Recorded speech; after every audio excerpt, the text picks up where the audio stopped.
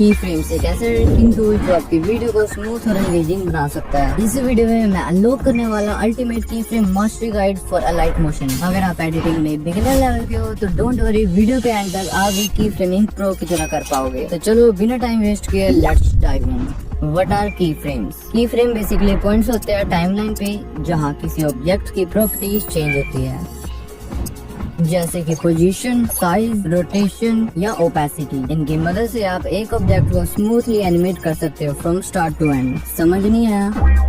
चलो देखते हैं ये कैसे काम करता है। मैंने अलाइट मोशन में आकर अपनी क्लिप को टाइमलाइन पे ऐड कर लिया। सबसे पहले जूम इन इफेक्ट बनाते हैं। यहाँ पर जूम इन इफेक्ट के दो वर्जन होते हैं, first slow zoom in and epic zoom in. Slow zoom in बनाने के लिए मैंने क्लिप सेलेक्ट किया एंड तुम्हें ये मूव एंड ट्रांसफॉर्म का ऑप्शन दिख रहा होगा, यहीं से सारी की फ्रेमिंग होगी। सो फर्स्टली आपको ये थर्ड ऑप्शन स्केल का दिख रहा होगा, उस पे आना है। आपको ये डायमंड शेप का आइकन दिख रहा होगा जो कि स्केलिंग के लिए है। मैं इस पे क्लिक करूंगा एंड वो क्लिप पे ऐड हो जाएगा। उसके बाद मैं इसकी एंडिंग में जाकर उसके स्केल को बढ़ा दूंगा। अब मैंने ये क्लिप साइज को बढ़ा दिया तो ऑटोमेटिकली ये की फ्रेम ऐड हो जाएगा। देन मैं इसे प्ले करूंगा तो ये clip slowly smoothly zoom in होगा। और अगर बात आती है एपिक जूम इफेक्ट की तो उसका गेम है की फ्रेम डिस्टेंस। अगर की फ्रेम एक दूसरे से दूर होंगे तो मोशन स्लो दिखेगा और अगर की फ्रेम एक दूसरे के पास होंगे तो मोशन फास्ट होगा। मैं एपिक जूम क्रिएट करने के लिए की फ्रेम्स को क्लोज में रखता हूँ ताकि जूम इफेक्ट फास्ट और इम्पैक्टफुल लगे। आप की फ्रेम्स को ड्रैग करके उनके डिस्टेंस को इजीली एडजस्ट कर सकते हो। अगला और सबसे इम्पोर्टेंट पार्ट है की फ्रेम एनिमेशन,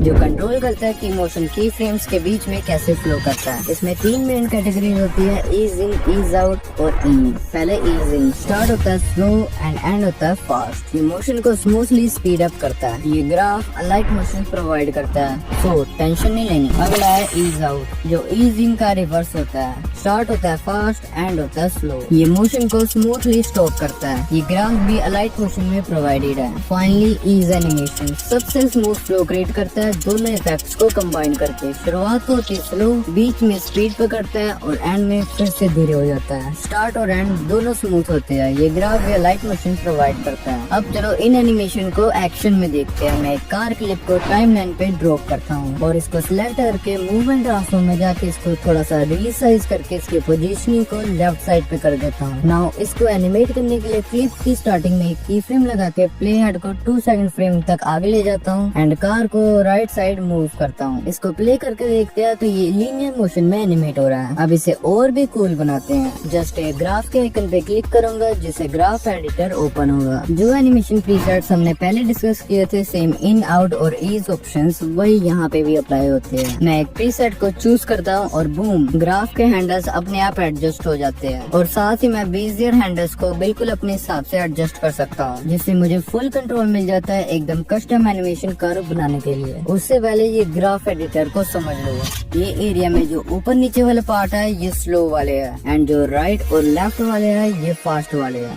समझने लगी?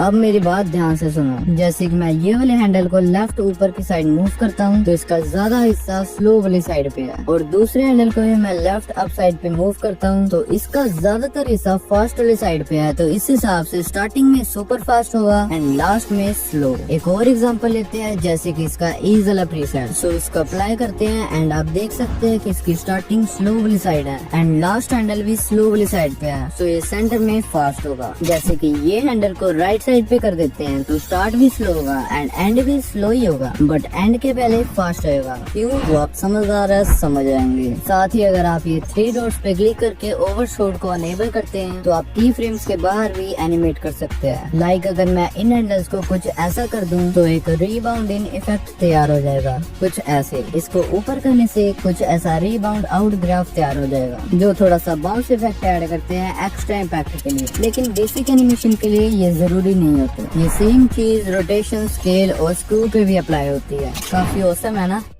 ना? और ये तो सिर्फ शुरुआत है। की फ्रेम्स और भी ज्यादा पावरफुल चीजें कर सकते हैं। ये कुछ स्मूथ एनिमेशंस के ग्राफ हैं जो कि आपके काम आ सकते हैं, तो रख लो। नहीं चाहिए। रख लो। लास्ट इफेक्ट है करेक्टर शिफ्टिंग एनिमेशन। मैं सबसे पहले करेक्टर को टाइमलाइन पे ऐड करता हूँ, देन करेक्टर को लेफ्ट साइड पे पोजीशनिंग करके प्ले हेड को 1 सेकंड फ्रेम पे ले आएंगे एंड की फ्रेम को पोजीशनिंग एंड रोटेशन पर अप्लाई करेंगे। नाउ करेक्टर की स्टार्टिंग में आके इसको 15 डिग्री पे रोटेट कर देंगे एंड नीचे को स्लाइड कर देंगे। मैं इनमें ईज की फ्रेम ग्राफ दे देता हूँ, आल्सो रोटेशन पे भी देना है। मैं इसे प्ले करता हूँ तो ये स्मूथली फ्रेम में आ रहा है। ये थोड़ा लीनियर इफेक्ट ना लगे इसलिए मैंने 20 फ्रेम आगे आके इसमें थोड़े से चेंजेस किया, लाइक थोड़ा रोटेट कर दिया एंड अगेन 20 फ्रेम आगे आके दोबारा करना है। ऑल्सो ईज ग्राफ दे सकते हो आपकी मर्जी। जो लास्ट की फ्रेम है उसके 1 सेकंड फ्रेम आगे आना है, लाइक मेरा 2.05 सेकंड पे है तो मैं 3.05 सेकंड पर आ जाता हूँ। नाउ करेक्टर को राइट साइड को मूव करेंगे एंड की फ्रेम ऑटोमेटिकली ऐड हो गया एंड ऑल्सो रोटेशन में भी थोड़े से चेंजेस करेंगे एंड अगेन 20 फ्रेम आगे आके फिर से थोड़े से चेंजेस करेंगे।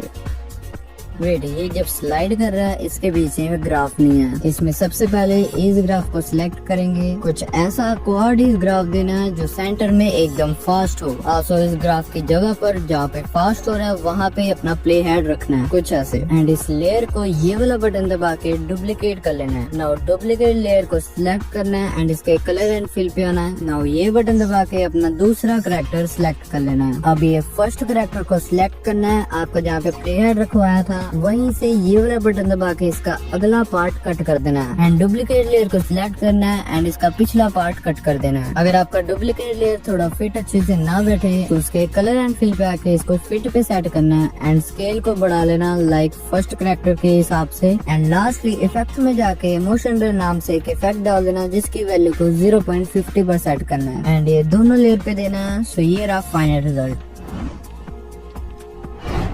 और बस मेरा हो गया। अभी तुमने की फ्रेम्स का मैजिकल लुक कर लिया, स्मूथ जूम्स, की frame on effects, colour shifting और character shifting like a pro. ये वीडियो थोड़ी सी भी हेल्पफुल लगे तो आपको पता है क्या करना है।